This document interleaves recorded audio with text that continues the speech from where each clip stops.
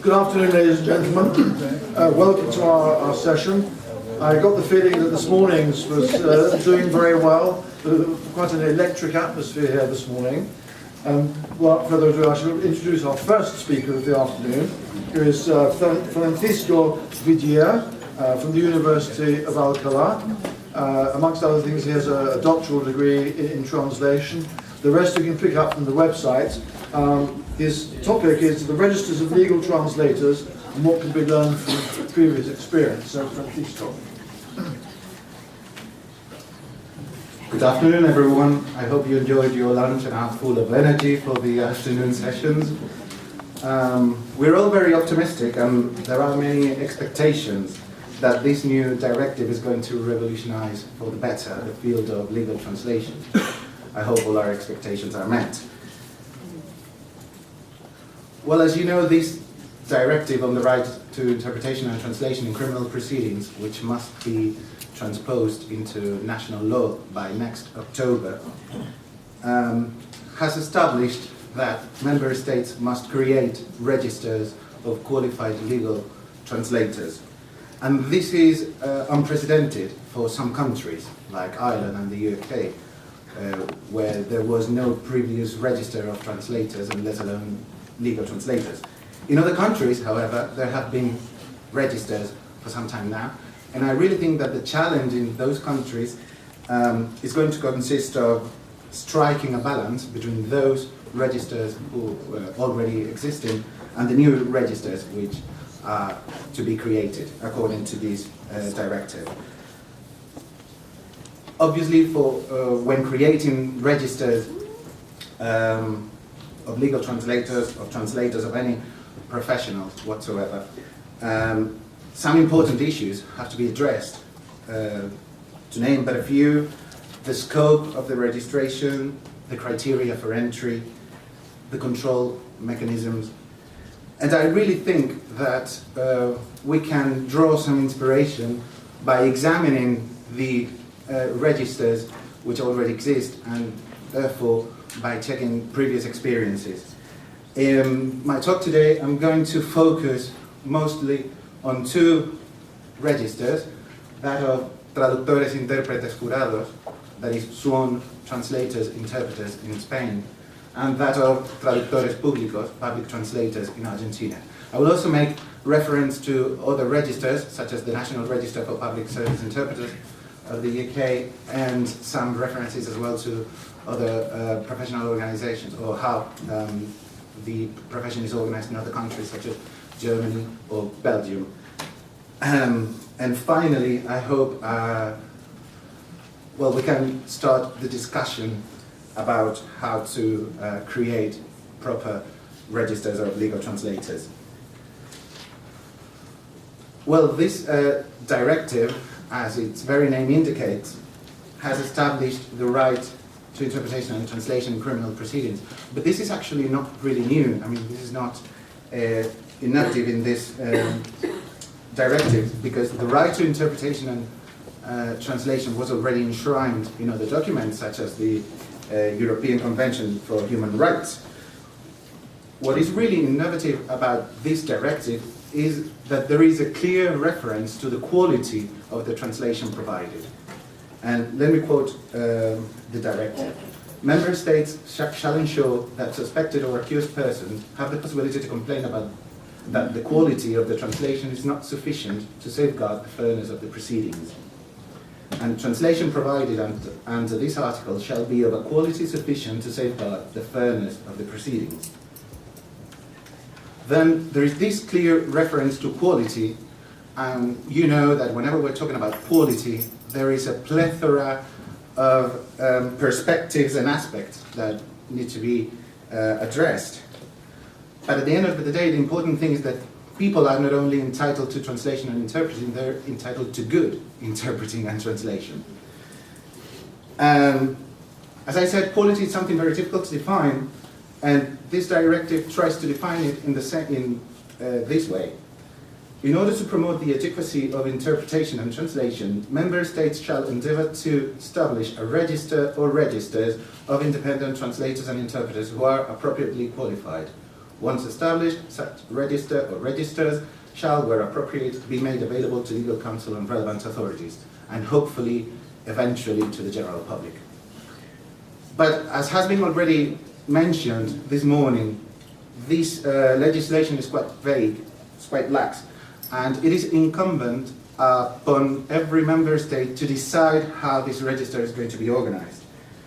And I really think, as I said, that by examining previous experiences, we can all get some inspiration, and hopefully our policy makers, who are the people who at the end of the day decide these things, can put together some do's and don'ts when deciding how to organize these registers. As I said, I'm going to focus primarily on two different registers, those of Spain and Argentina, but let me first give you a very general overview on both professions. The traductor-intérprete jurado profession, sworn translator and interpreter in Spain, has a very long tradition. First exams were set in 1851, but there are previous references to interpreters who swore that they would interpret in a very accurate way, even in the 16th century. Sworn translators, interpreters in Spain are authorized to carry out official translations and interpretation to and from Spanish. And they're authorized by the Spanish Ministry of Foreign Affairs. Their translations, their interpretations have legal effect. They're considered, they're deemed official, and therefore sworn translators, interpreters have the status of public authenticators, such as notaries. But having said this, and even if the access to this profession is strictly regulated, the profession itself is not. It's really uncertain. There is legislation in Spain does not enforce that official translators can only be carried out by sworn translators and interpreters. For example, those translators carried out by notaries are also official.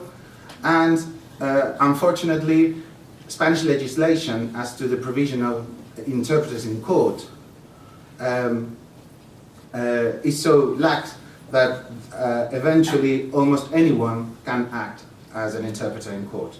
Therefore, most sworn translators and interpreters end up practicing in civil cases and for private clients and not for the administration. As to the profession in Argentina, public translators have also a very long tradition. The first credential was awarded in 1868. They're authorized to carry out official translations and also to act as court interpreters. And the main difference in comparison to Spain is that Argentinian legislation really organizes and regulates the profession. There is no other professional involved in translation or interpreting whose undertakings are considered official. And in criminal proceedings, only public translators can interpret. Having said this, however, working conditions are not the best in Argentina, and that's why most public translators practice translation and not interpreting, and normally as freelancers. So, what I would like to do now is I'm going to raise some questions as to how these new registers could be organized, and I will try to provide some answers by examining what has been done in those previous registers that I already mentioned. So first of all, and one of the important things about registers, and we've already been discussing this in a way, is should the registers include only translators? Should it include interpreters too? Should there be only one registration for both activities? In Spain, there's only one qualification which enables to practice both interpreting and translation, and the same applies in Argentina. But that's not the case in all registers. For example, in Belgium, I think it's been one of the first countries to transpose the directive into the national law. There are currently 3 different qualifications, that of sworn translator, sworn interpreter, and sworn translator-interpreter. In Spain and Argentina, the combination of both activities into the same one creates some confusion, and I think that's not exclusive for Spain, because unfortunately in a conference on translation we still have to emphasize that translation deals with written documents and interpreting deals with oral products. So I really think combining both activities may lead to confusion. Of course, this is one of the most important things when setting a register, that is deciding which criteria for entry should be met by candidates. Legislation, as I said, the directive is really vague and only says that that only appropriate qualified legal translators should be listed on those registers. But what should or what does appropriately qualified entail? In Spain, in order to be registered as a sworn translator and interpreter, candidates must pass an exam, which is set by the Ministry of Foreign Affairs. We've had the opportunity to see the percentage of candidates passing in Poland. In Spain, that percentage is even lower. I would say only 8% of people pass the exam. But this doesn't necessarily mean that those exams are a good tool to select appropriate translators and interpreters. So, I mean, that can give us some information. In Argentina, however, the requirement for candidates to be listed on their register is to hold a university degree in public translation. There is no further education requirement, as candidates who hold that degree are already considered to have been trained in all the skills and capacities necessary to undertake their profession. In the UK, for example, in the National Register for Public Service Interpreters, there are different requirements for each of the three statuses. But basically, the requirement is that of a qualification, basically the DPSI, plus professional experience. Well, this obviously leads us to the following aspects that I would like to address, which is membership status. Should there be more than one status for the members? In Spain, as you can see, and in Argentina, there is only full status membership. That means that whenever they are appointed sworn translators or public translators, they have the same duties, the same rights, the same responsibilities as any other. However, in the register, in the NRPSI, if I may use the acronym, there is full status, interim status, or rare language. I think the advantage of setting different membership status is that you somehow enforce professionals to upgrade their status, which is something good. That's the case, for example, in Britain.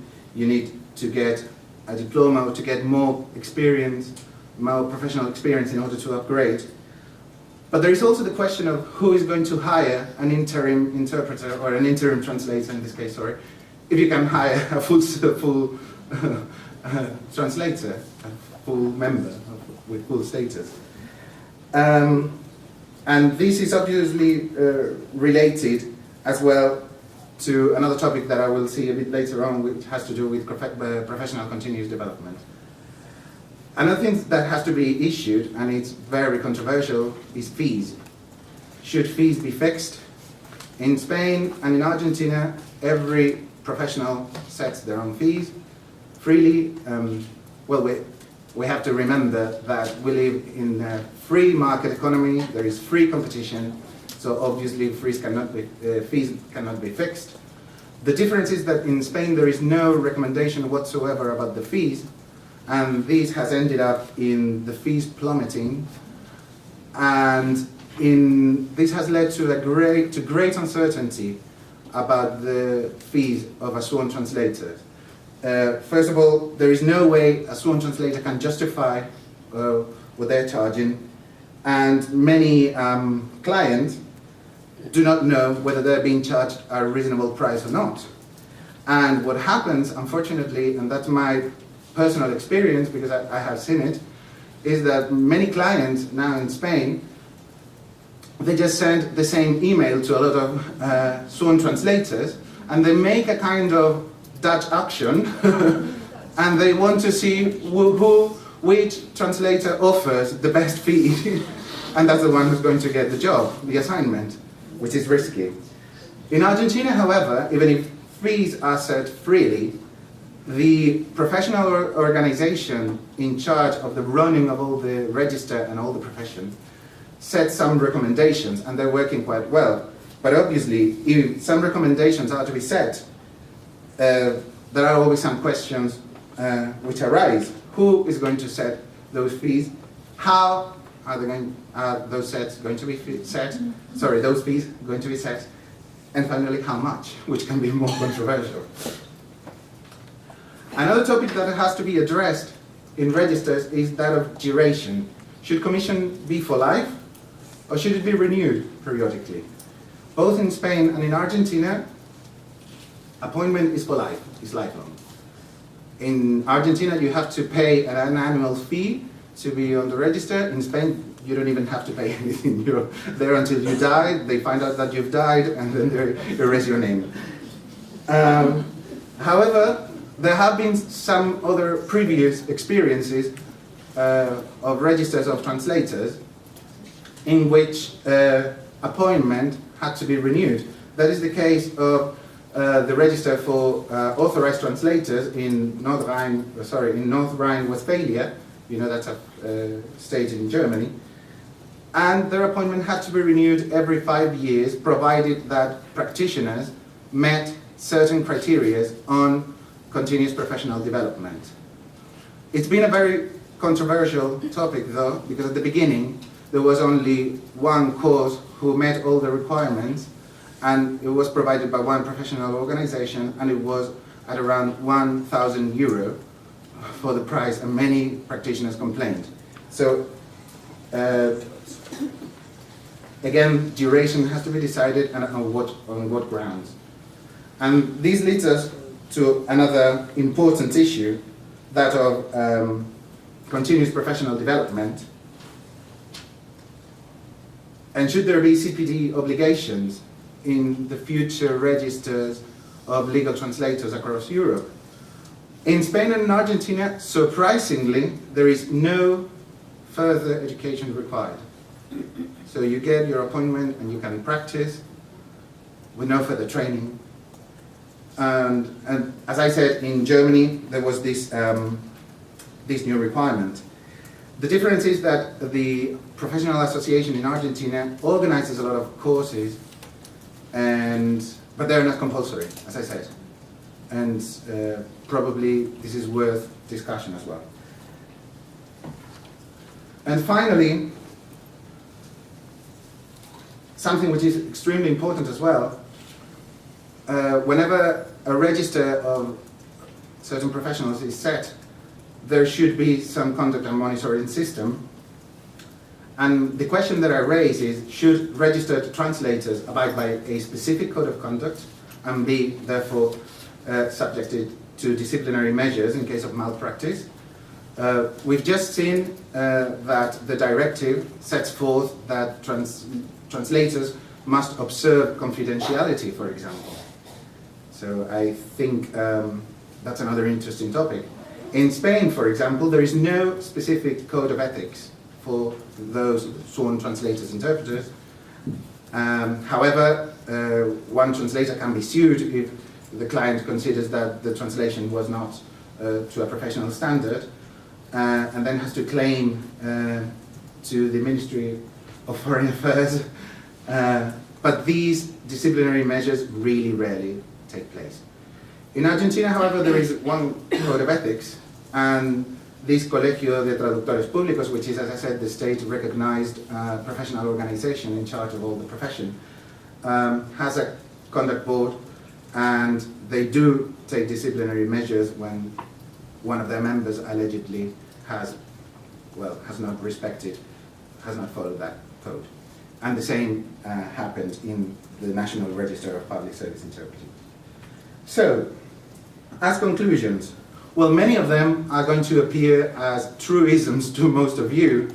I would call them common sense, to which I hope our policymakers will resort to when deciding how to organize registers, but I think they're worth highlighting. First of all, we have to keep in mind the aim of registers, and professional registers aim at guaranteeing the quality of the service provided, but also at promoting the profession concerned. We have to keep that in mind. In other words, registration, in the case of a future register of legal translators, must ensure that translators are duly qualified. That's what registers are for, in order to select who is prepared for the job and who isn't. And then, how can we ensure this? Well, obviously, we have to set relevant and pertinent entry criteria. There can be in the form of exams, or there can be in the form of one diploma or qualification. If it's the case of exams, we have to bear in mind that those exams have to be domain referenced and meet basic standards of reliability and validity. If those who hold a certain diploma are entitled to join the register, that training course leading to that diploma has to be appropriately designed and evaluated, and much attention should be paid on teacher selection in those courses. And most importantly, this has to be a process governed by transparency. I'm an academic myself, I'm a lecturer, but I'm not advocating university training as the only, nor necessarily the best way to select translators. And I think if there is transparency in the system, no lecturer is going to be reluctant to prepare their students for those exams. But then, as I said, transparency is key. Candidates should have information before the exam, after the exam, and there should be mechanisms for grievance procedures and performance reviews. As I said, combining translation and interpreting may cause confusion. This is another important topic. I really believe that registers should be preferably run by non-profit organizations, whether a governmental agency or professional association, rather than profit entities.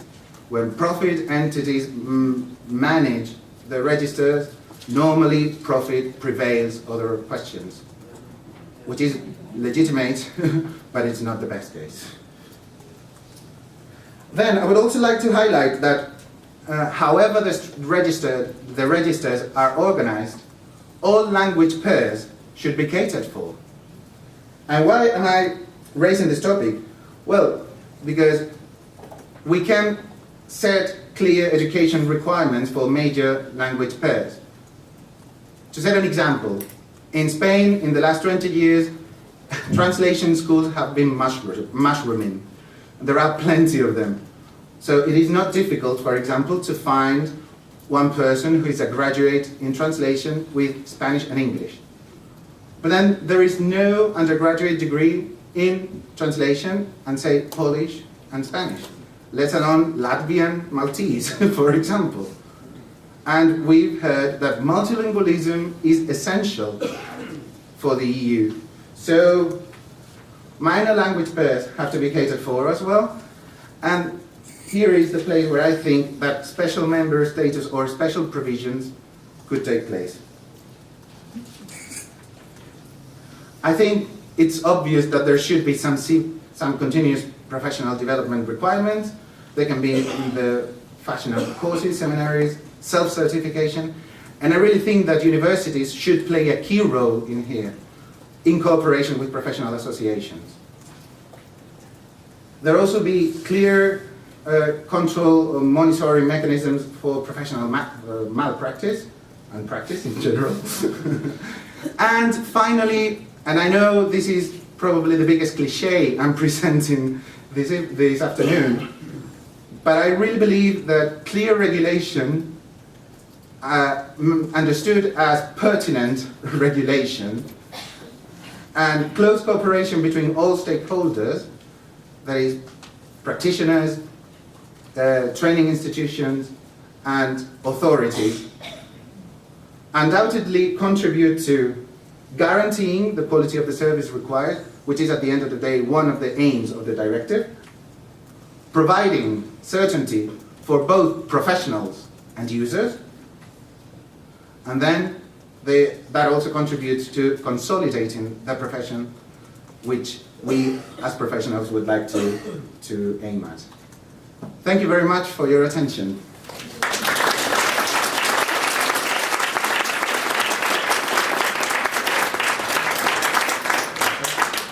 That was excellent. Very, very disciplined performance there, exactly on time. Ladies and gentlemen, do you have some questions or comments?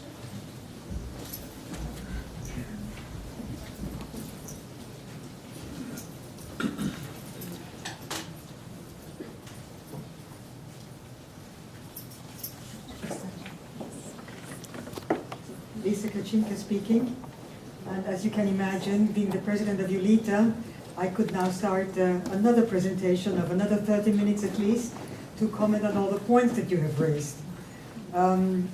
We have to take a very practical view in this connection. First of all, what you gave us was just one angle of all those registers, and of course there are many other situations, many other countries where systems, regimes are in place or need to be introduced. Secondly, the directive requires that these registers be set up. At the same time, we must not forget that systems are in place. Absolutely. In 27 member states, or let's say that in all the 27 member states, of course, in some member states there is nothing at all. But systems are in place, and if they are to be harmonized or approximated in any way, this means that you have to struggle with authorities to accept that something needs to be changed. May I interrupt?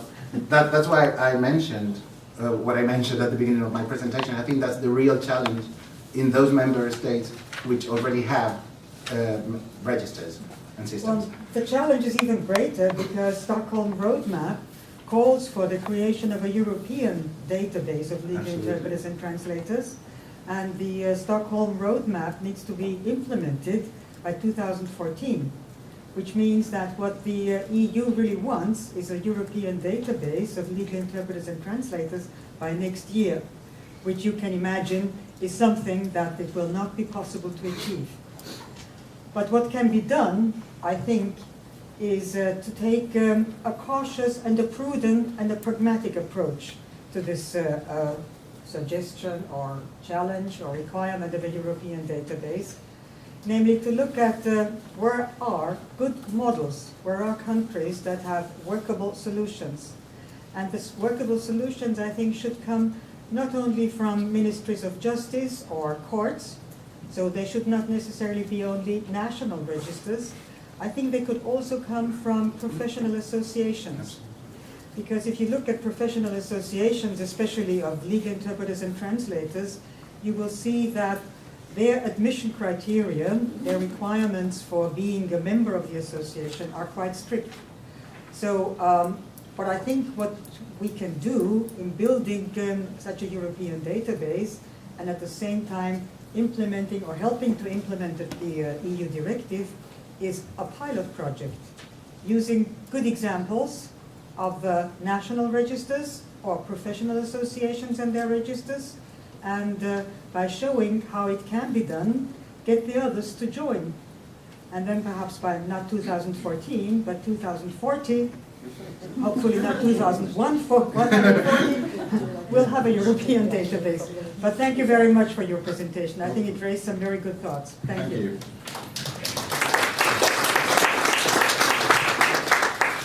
More questions or comments, ladies and gentlemen? Danielle Dayer from London Metropolitan University. Thank you very much for your presentation. I thought it was very good. I've got a question, and I'm going to change hat here. I'm also here representing the Public Service Interpreting Network Group, which we started, and some of the members are actually in this room. At the end of your presentation, you're talking about discussion with stakeholders, and you're mentioning some of the stakeholders. Here in the UK, obviously, we've seen what agencies have done to the register. And I was wondering where you place potential employers of interpreters and translators of these registers. Are they part of your negotiations? Are they part of your stakeholders? Where do you place them? Where do you put them? Because in the UK, we are learning some bitter lessons here. So I was wondering where you put this in your projects and in your discussions. Well, obviously they should play a critical role in this discussion because they're stakeholders. I suppose that taking into consideration just this directive, that should entail primarily the Ministry of Justice of a certain country, because they're going to pay for, they have to pay for the services of translators and interpreters. Obviously, we cannot force them to join the discussions, but we should try to encourage ways to participation. That's all I can say, I'm afraid. But in the UK, you know that obviously there was a bid and that the Ministry of Justice has contracted an agency to provide these services. Yeah, that's why I said that I think non-profit organizations should be in charge of those registers and not profit-making. This is a different story. This is a different story. We've got a national register, but the Ministry of Justice is not using the national register. It's gone for a private company. Good. Well, then obviously, but now the Ministry of Justice is going to be forced to use registered translators and registered interpreters, isn't it? But that's the directive. Well, I mean, at least in theory, that should be the case. I mean, only registered translators and interpreters should act as such. No, but the agency has set up its own list, which belongs to the Ministry of Justice. But does it serve as such a register as set forth by the directive? That list? Well, we don't recognise it. It's a commercial. It's the company. It used to be ALS. It's now Capita's list, but it's Capita's list. They run it, but it really belongs to the Ministry of Justice. That list. Are those interpreters listed on that list autonomous, freelance, autonomous, independent interpreters? No, you have to sign up with the company. Well, then that runs counter the directive, because according to the directive, only independent qualified translators should be listed there. Probably that's a point you should struggle with. I don't know. Sorry, is this working? I'm Corsellis, Georgia Institute of English. Thank you very much, Francesco. Very good, very clear. Thank you. Thank you. I don't want to get involved in our domestic whatnots, but I think basically they don't know the difference between a professional register and a list, which of course is what your whole thing is about. It also, if I can raise two other points from your splendid talk. One was, I think it illustrates too the fact that a professional register of an independent profession should be separate from any ministerial or government activity while it negotiates with them, so that it should be run by the profession for the profession, in my view. Doctors, lawyers and others don't have their registers kept by government ministries, and in my view, nor should you. The other thing was there's one or two little bits that you might care to think about, and I don't know how it applies to translators, because I know interpreting better, and that is the details like for registers, criminal record checks. Yeah. Do you have to have the same levels, know, from... Obviously, I basic skipped up to many terrorism? things, but that's obviously one common requirement almost in every system. Right. Thank you very much. Thank you. Ladies and gentlemen, we're going to have to stop it there because we're already out of time. This is a long, ongoing discussion, I think, maybe for later. Absolutely. Okay, one more. Okay. Very briefly, Liisa Lahtamista from Finland. You mentioned fees. And you said we can't recommend or give No. rules, but the client can. That's the point. And that client is a government agency mostly, and it ties to the bidding that has been so unsuccessful in Britain, but also elsewhere. The government gives this competition or institutes the competition, and you get a bunch of winners. And they lower the prices, they set the fees, and who works for the low fees? Are they the most qualified translators? So the government plays on several poker tables, so to say. Absolutely. Think of that and insert that into your brilliant talk. I will.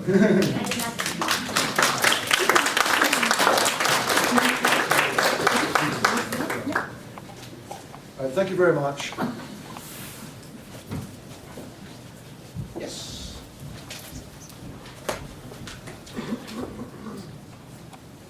So, ladies and gentlemen, our next speaker this afternoon is probably well known to most of us here, Christiane Driesen, who is Vice President of EU-LITA, and she will be speaking on a tandem training method for legal interpreters and translators. Good afternoon, everybody. I'm sorry that my subject will not be as sexy as the previous one, because when interpreters or translators start talking about fees, it's always a problem. There is a little thing I would like to correct also, is in the program you see me as affiliated to Magdeburg University. This is no longer the case. I had a contract for a certain time there to start a program on legal translating and interpreting, and it has functioned, it exists, and but I do other things now. I interpret at most of the time Tribunal for the Law of the City of Hamburg, and I had different programs on